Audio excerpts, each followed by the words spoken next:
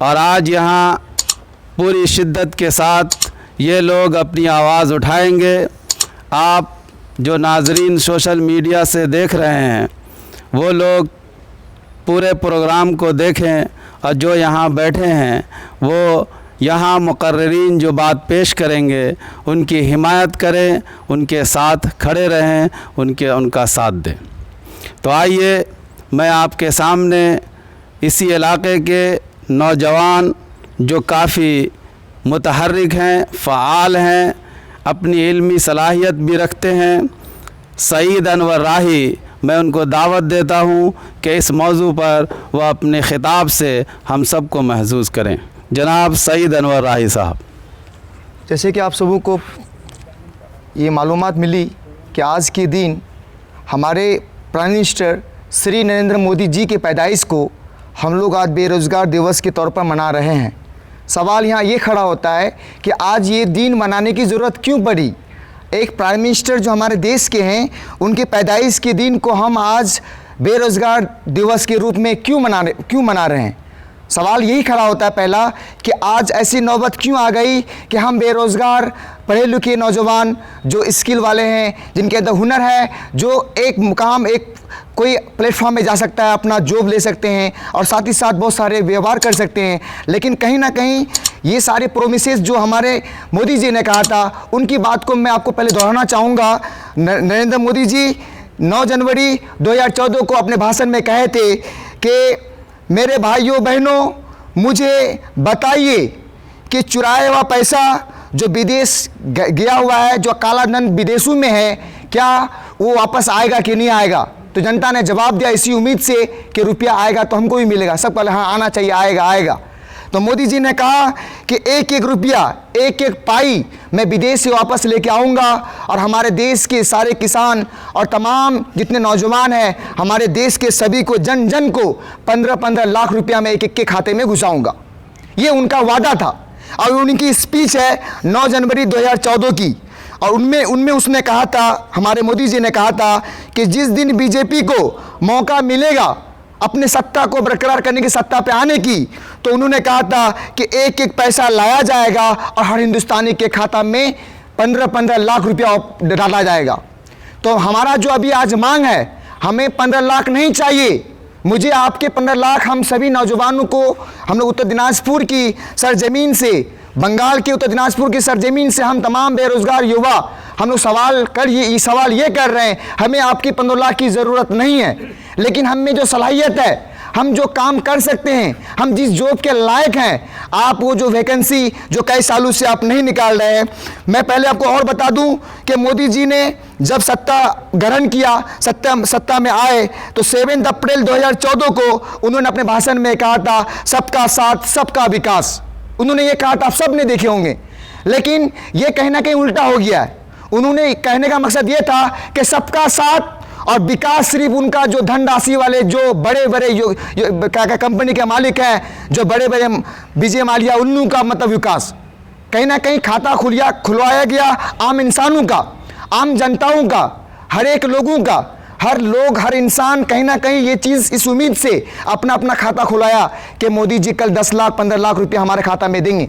खाता तो खुलवाया गया हमारा, हमने अपना रुपया भी जमा किया और कहीं ना कहीं हम लोग ये उम्मीद से थे, लेकिन देश का रुपया जो बड़े बड़े जो क्या कहता है कि जो बिजनेसमैन है उनके खाता में दिया गया, उनको लोन दिया गया और रुपया लेके विदेश चले गए। आपको मालूमात है। मैं आपको बताऊं कि मोदी ने कहा था कि हम अगर सत्ता में आएंगे 2 पॉइंट पे काम करेंगे, एक good governance and second development. जो हम आए दिन देख रहे हैं, जो ये दोनों फेल होता हुआ आ रहा है, फेल होता हुआ नजर आ रहा है। जहाँ देश का रोजगारी जहाँ चल रही थी, जो पर्सनल जो आदमी अपना व्यापार कर रहे थे, कहीं ना कहीं आदमी का वो व्यापार भी कम हो रहा है। आज मोदी जी जो कह रहे हैं कि सबका साथ सबका विकास, एकदम गलत नारा है, एकदम गलत, सरासर गलत नारा है। चूंकि एक रिपोर्ट है जो रिपोर्ट बताता है अनएम्प्लॉयमेंट के रेट को, मैं आपको बताना चाहूँगा कि उसमें कहा गया है कि unemployment in India official data on unemployment provide through the periodic labour force survey PLFS जो which is conducted by the national statistical office NSO। उनके मुताबिक जो हिंदुस्तान का जो बेरोज़गारी है, जो अनएम्प्लॉयमेंट है, जिस तेज़ी से बढ़ रहा है वो 45 साल में हुआ नहीं है। आप सभी को पता है कि जीडीपी अभी हिंदुस्तान का क्या है, अनएम्प्लॉयमेंट किस तरह से नीचे गिर रही है। मेरा सवाल आज अगर जो हमारे मित्रों हैं, जो भाइयों हैं, जो मोदी के भक्त हैं, वो कहेंगे कोरोना का समय है, अभी पूरा देश का, हिंदुस्तान क्या, पूरा देश का यही हाल है। लेकिन हमारा सवाल, हम सब नौजवानों का सवाल, हम सब बेरोजगारों का सवाल अभी पेंडेमिक के देखते हुए अभी का सिचुएशन के मुताबिक नहीं है। हम लोग 2012 और 2018 का मैं अगर रिपोर्ट दिखाऊं, 2012 और 2018 का मैं अगर रिपोर्ट दिखाऊं और आपको बताना चाहूं कि 2011-12 में जो टोटल अनएम्प्लॉयमेंट का रेट था वो 2.2% था 2011-12 में। और अभी का जो मौजूदा 2017-18 जो जा चुका है, 2017-18 में 6.1% अनएम्प्लॉयमेंट रेट बढ़ चुकी है। जहां 2011-12 में अनएम्प्लॉयमेंट जो टोटल थे अनएम्प्लॉयड वो 10 मिलियन थे, और वहीं कुछ सालों के बाद 2017-18 में 30 मिलियन अनएम्प्लॉयड आज हिंदुस्तान में हैं। आज अगर हम सवाल कर रहे हैं तो कोरोना पेंडेमिक को देखते हुए नहीं, हमें भी पता है कि कोरोना की वजह से, कोविड-19 की वजह से आज पूरा देश, हिंदुस्तान ही नहीं पूरा देश का बुरा हाल है।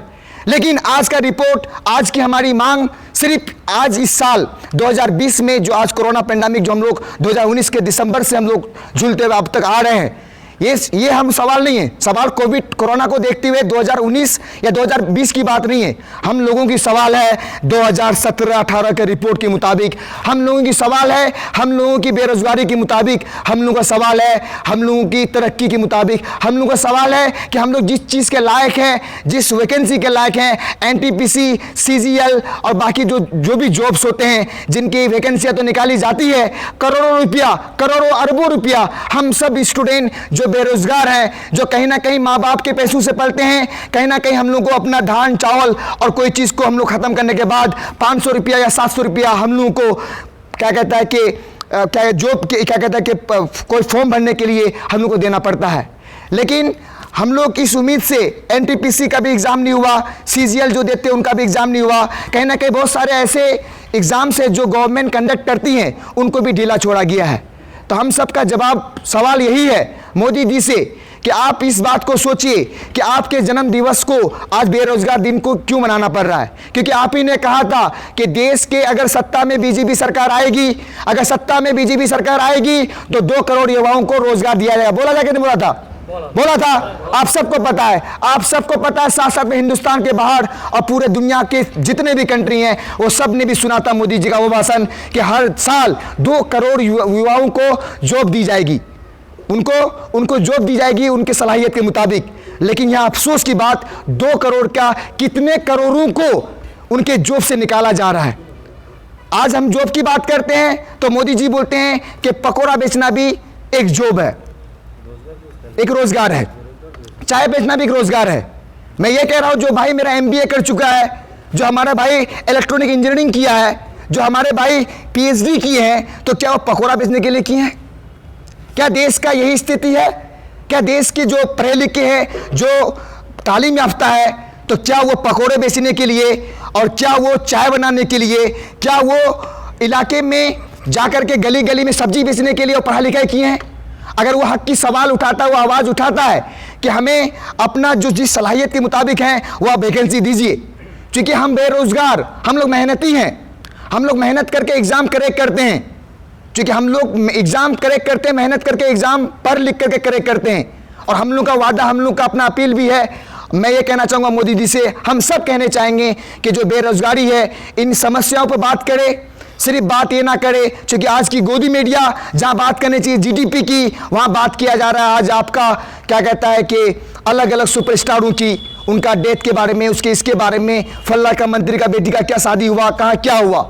सच्चा रिपोर्ट कोई नहीं दिखाता है। सच्चा रिपोर्ट कोई इसलिए नहीं दिखाता है क्योंकि जो आपका अनएम्प्लॉयमेंट जो रेट बताता था हमारे देश में, क्योंकि उनका हेड कहीं ना कहीं बीजेपी के जो मेन जो ये है, उन लोगों ने इस पे कब्जा कर लिया है। आज हम लोग को अनएम्प्लॉयमेंट रेट की सही खबर भी नहीं मिलती है। हम लोग हर जगह से आवाज़ तो उठाते हैं, ज़रूरत है हम सभी नौजवानों को एक जात एक जहाँ आने की, क्योंकि जहाँ आवाज़ उठाने की बात होती है सब डर जाते हैं। मैं आप सब नौजवानों से कहना चाहूँगा, जो भी लाइव देख रहे हैं, जो हमारे सामने बैठे हुए हैं, अगर हम अपने जॉब के लिए, अपने हक के लिए, जो हमने, हमारे गवर्नमेंट, हमारे कॉन्स्टिट्यूशन ने हमें हक दिया अपने सवाल को रखने के लिए, अगर हम अपना सवाल आज उठा नहीं पाते हैं, तो ये सोचिए कि भगत सिंह ने कैसे देश को बचाने के लिए अपना सवाल को उठाया, यहाँ तक कि इतना अपना जज्बात को उठाया कि अपनी जान को दे दिया इस देश को बचाने के लिए। क्या ये देश को, इस देश को जब आज फ्रीडम मिली है और जिन्होंने इस देश को आज़ाद किया, क्या ऐसा देश का सपना देखे थे? क्या ऐसा देश का सपना देखे थे जहाँ पर प्राइम मिनिस्टर, प्रेसिडेंट और बाकी योग्यपति तो हो, मतलब बड़े बड़े मतलब बिजनेसमैन तो हो, और देश का इतना बुरा हाल हो कि आदमी पकौड़ा बेचे।